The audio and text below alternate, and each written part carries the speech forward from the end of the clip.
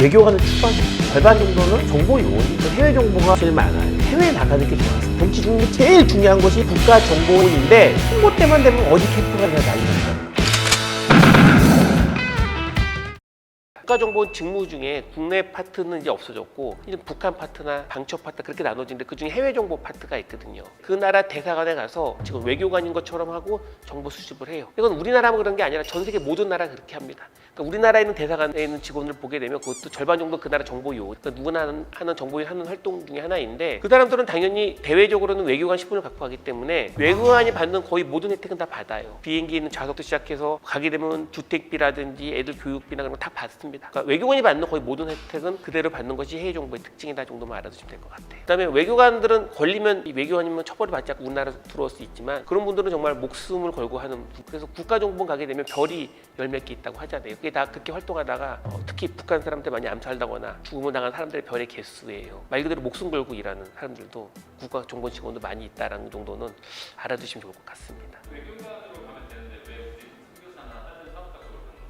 여러 가지 이유가 있지만 일단 공식 외교 신분이 없는 나라일 땐 당연히 그렇게 할 수밖에 없는 게 첫 번째 가장 크고 그러니까 외교관으로서의 장점이 있고 외교관 아닌 걸로 장점이 있거든요. 중국에 만약 외교관을 갔다라고 하게 되면 중국은 우리나라 외교관 중에 누가 국가정보원 직원이 누가 외교관인지 모르잖아요. 모든 대사관 직원 한 명당 공안이 몇 명씩 따라붙어. 그건 활동하기 쉽지 않잖아요. 그러니까 처음부터 아주 은밀히 가려면 외교관 신분을 가기보다는 일반 학생 신분, 선교사 신분으로 갈 수밖에 없죠. 그런 사람들이 위험하죠.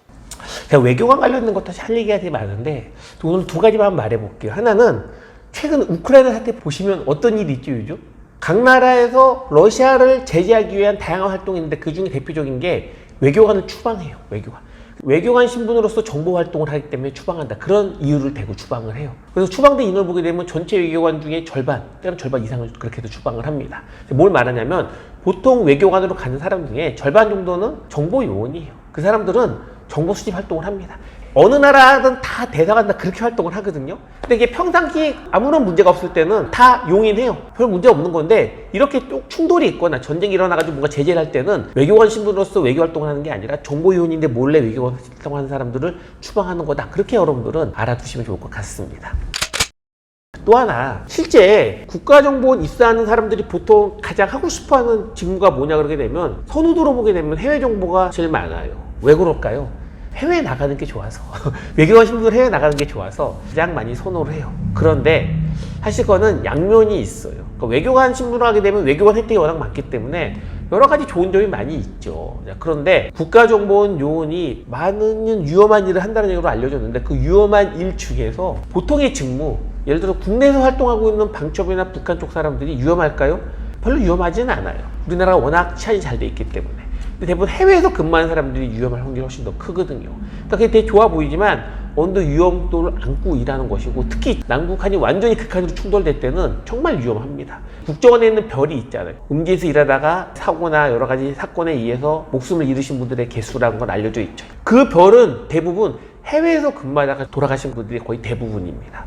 그러니까 이렇게 전 정리해보고 싶어요.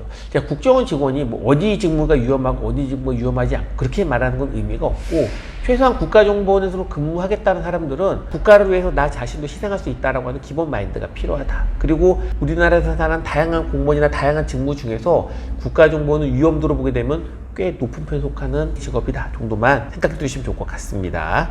국가정보원은 계급 정년제가 있어서 우리가 말하는 일반적인 정년까지 있지 않고 중간에 나올 수도 있거든요. 그러니까 그런 분들은 재취업을 해야 돼요. 본인의 전문을 잘 살려서 대학 가시는 분들 많이 있고 정치인 가는 경우도 많이 있고 사실은 국가정보원의 그 정보라는 게 아주 고차원적인 업무이기 때문에 할 수 있는 일이 많이 있지만 또한 그게 되게 특이한 업무이기 때문에 다양하게 쓰이지는 않거든요. 이거는 거의 모든 공무원은 있죠. 당연히 국가정보원도 이 혜택이 있습니다. 근데 이게 다 갈 수 있는 건 아니고요. 국가정보원은 아마 시험을 보는 걸로 알고 있습니다.